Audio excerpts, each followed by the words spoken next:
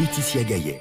Et l'édition spéciale continue sur France Inter. Il y a bien sûr la mort de Michel Rocard, mais il y a aussi la mort hier d'Elie Wiesel à l'âge de 87 ans. Elie Wiesel, écrivain, philosophe rescapé de la Shoah et prix Nobel de la paix en 1986. En ligne avec nous pour évoquer Elie Wiesel, Claude Lanzmann, journaliste, écrivain et cinéaste, auteur notamment de Shoah. Bonjour Claude Lanzmann. Bonjour. Claude Lanzmann, que représentait pour vous Elie Wiesel ? Attendez, je voudrais vous dire plusieurs choses avant de commencer. Il semble que Dieu le Père soit très très vindicatif en ce moment, parce qu'il fait disparaître des gens par fournée entière. C'est un peu trop, je trouve. Et quand vous m'avez appelé hier soir, j'ai cru qu'il s'agirait de Michel Rocard. Michel Rocard que j'aimais beaucoup par ailleurs. Bon, alors... Donc c'est dur. Vous avez dit hommage à propos de Elie Wiesel. Sûrement qu'il y aura un hommage rendu pour Elie Wiesel. Il y aura beaucoup de gens pour le faire, mais moi c'est quand même un peu différent parce que je ne suis pas fanatique de Elie Wiesel à beaucoup d'égards. C'est-à-dire C'est-à-dire que je suis quand même obligé de dire un certain nombre de choses. C'est que quand, après que j'ai eu fait mon premier film, Pourquoi Israël, le gouvernement israélien m'a demandé si je consentirais à m'attaquer à Shoah, qui était quelque chose de très difficile. J'ai réfléchi, etc., et j'ai dit oui. Bon, et j'ai immédiatement pensé à Elie Wiesel, que je ne connaissais pas d'ailleurs, et enfin, je me suis dit, je peux sûrement aller le voir et puis parler avec lui, et peut-être envisager de le prendre comme protagoniste, comme un des protagonistes du film que je vais faire. Donc je l'ai vu avec sa femme à New York, au Russian Tea Room. J'ai dîné avec eux dans la 57e rue à New York. Et il s'est passé quelque chose d'extraordinaire quand je annonçais ça n'était pas un projet, c'était une demande, une commande même. J'ai cru que je commettais un crime de lèse-majesté ou que j'annonçais la fin du monde. Claude Lanzmann, j'entends bien ce que vous dites et je comprends bien ce que vous dites aussi. J'avais juste une question. Elie Wiesel, par exemple, disait « L'oubli n'est pas une maladie individuelle, mais une maladie collective ». Vous êtes d'accord avec ça ? Pardon, je ne comprends pas ce que vous m'avez dit. Eh bien, Elie Wiesel, lui, parlait que, par exemple, oublier les victimes reviendrait à les tuer une deuxième fois. Vous êtes d'accord malgré tout avec ça ? Que quoi reviendra une deuxième fois ? Oublier les victimes reviendrait à les tuer une deuxième fois. Les victimes ? Oui, alors Claude Lanzmann, j'ai l'impression qu'on s'entend pas très bien.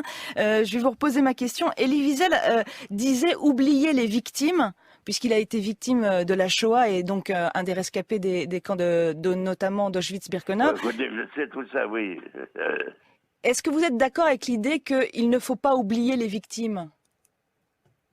Ben, évidemment qu'il ne faut pas oublier les victimes. On ne les oublie pas. Mais pourquoi m'interrompez-vous pour me dire cela ?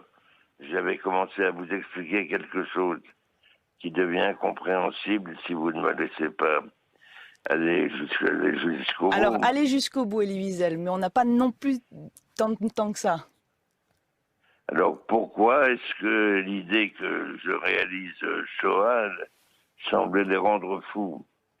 Je crois que l'explication est simple. La Shoah, c'était, pensait-il, son domaine à lui. Et moi, je n'étais pas un survivant d'un camp. Voilà, c'est tout. Et alors là, à partir de ce moment-là, les choses deviennent très, très compliquées.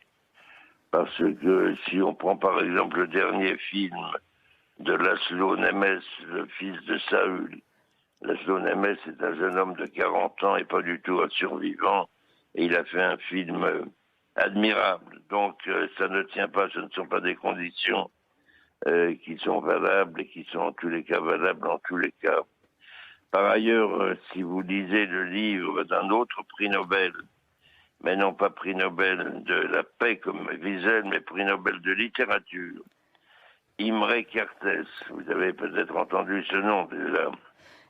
Oui. Bon, et bien Imre Kertész dans Être sans destin dit ceci, c'est que Elie Wiesel a passé à Auschwitz en tout et pour tout 3 ou 4 nuits et jours. Le reste du temps, il était à Buchenwald. Il n'était pas à Auschwitz. Claude... Alors, c'est un témoin fiable, Imre Kertész. Claude Lanzmann, est-ce que je peux me permettre de vous couper? Non, j'ai pas envie que vous me coupiez, là. Ah bah on va devoir là parce qu'on arrive quand même presque à 8 heures et j'ai même pas eu le temps de vous poser une question. Donc je voulais quand même juste une dernière question, Claude Lanzmann. Vous avez dit un jour, si j'avais été déporté, je n'aurais pas pu faire Shoah. J'avais besoin d'être à la fois dedans et dehors. C'est ce que vous reprochez à comment Elie Wiesel, si j'ai bien compris. Qu'est-ce que je reproche, là? C'est ce que vous reprochez à Elie Wiesel. Vous avez dit on ne peut pas être à la fois dedans et dehors pour produire. Non, pas du tout. Ça n'a rien à voir.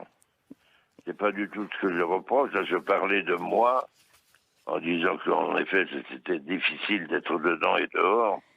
Mais Wiesel, c'est autre chose. Enfin, ce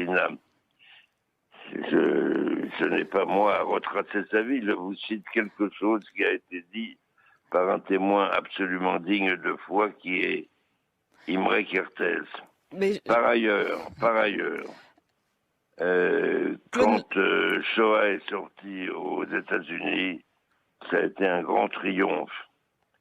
Et tous les gens attendaient de savoir ce que Elie Wiesel en pensait.